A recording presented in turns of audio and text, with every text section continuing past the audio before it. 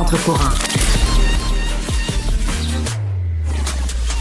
Un remerciement tout spécial à l'équipe formidable avec qui je travaille tous les jours. L'excellent Sébastien Laperrière à la recherche, à la réalisation, à la mise en onde. Mais vous êtes tous excellents.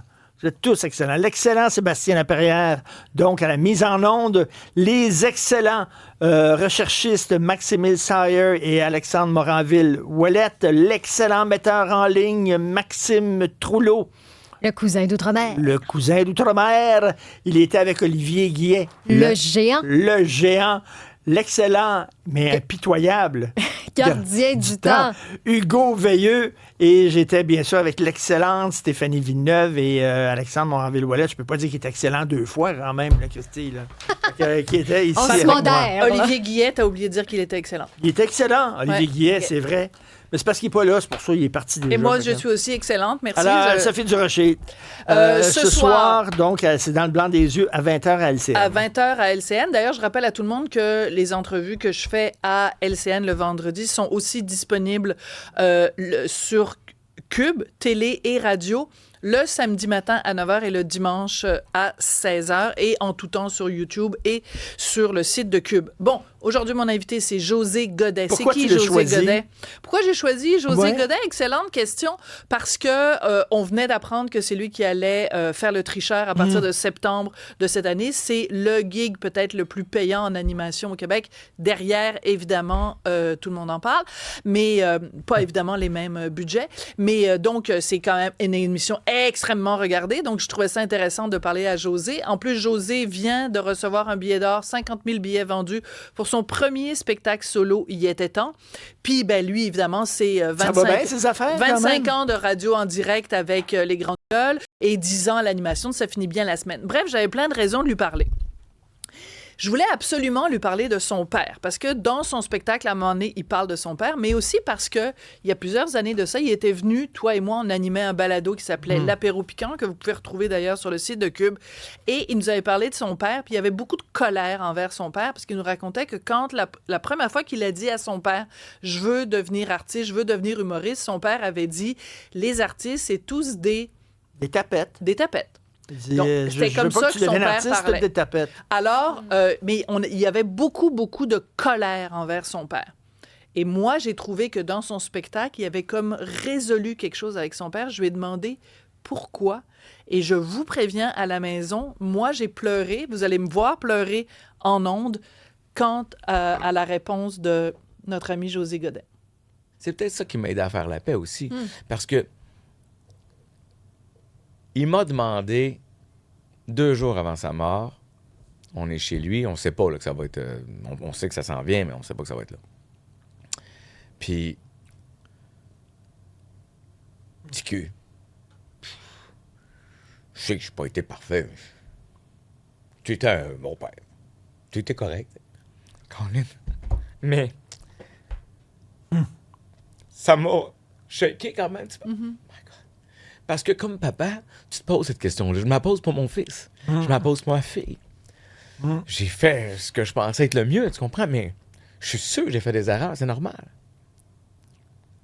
Puis on a eu la conversation, puis j'ai dit « Ah, papa, je t'en veux pas. » Je dis « C'est pas grave. » Mais on a eu quand même cette conversation-là. On a eu ce petit moment-là ensemble. Puis il n'a pas été mauvais. Il était pas là. Il ne me comprenait pas.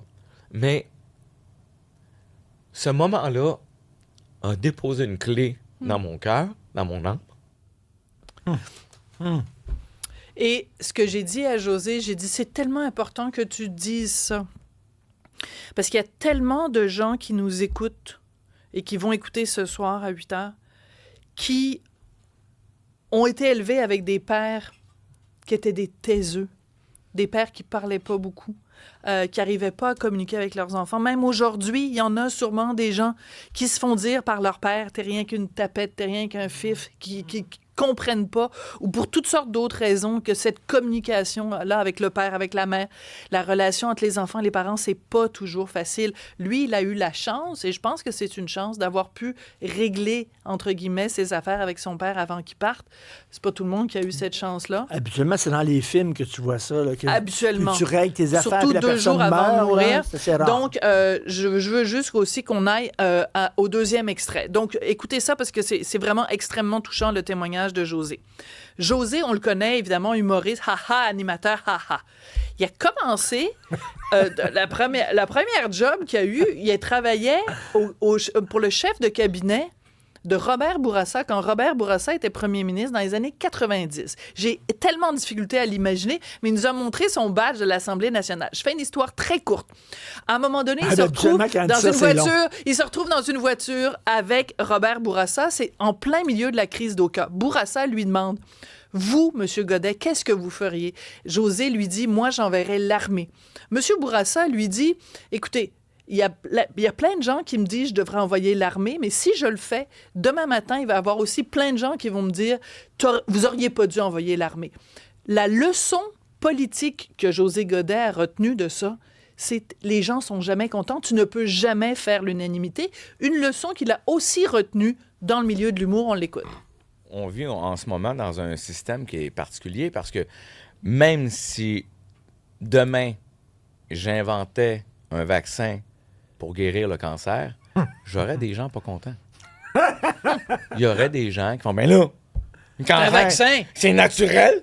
Je lui dis, c'est la nature. Puis là, t'arrêtes, là, c'est chimique. Tu sais, c'est immanquable. Il n'y a pas. Alors, moi, j'essaie de ne pas aller lire les commentaires en dessous des posts le moins possible. Sur mes pages, mes réseaux à moi, pas de problème. Mais mettons les autres sites qui reprennent des trucs, je vais dire: as-tu déjà vu quelque chose de positif en dessous de ça? Alors, c'est très drôle parce qu'après ça, après qu'il m'ait dit ça, je lui ai dit, parce que quand ça a été annoncé que c'était lui qui faisait le tricheur, il y a plein de gens qui étaient hyper contents. Puis il y a plein de monsieur puis de madame qui étaient là: oui, mais là, il rit trop. Oui, mais là, c'est un paquet de nerfs. Oui, mais pourquoi ils ont pas pris Jean-François Barry? Pourquoi ils ont pas pris une femme? Pourquoi? On peut jamais faire l'unanimité. Non. Jamais, jamais, jamais. Donc, je trouve ça très amusant. C'est tout un performeur. On est allé voir son Hallucinant. show. Hallucinant. On va se dire, il réinvente pas l'humour. C'est des thèmes qui ont été assez rabattus, là, la cinquantaine, les enfants, tout ça. Il réinvente pas Oui, mais l'humour. son regard c'est sur un le Christy conflit des performeur. générations. Oui, mais Richard, son regard sur... Moi, j'ai trouvé qu'il allait très loin, en particulier en spectacle, quand il parle de... En fait, l'équivalent de toi, tes chroniques sur les petits lapins, lui, il les appelle des petits trésors.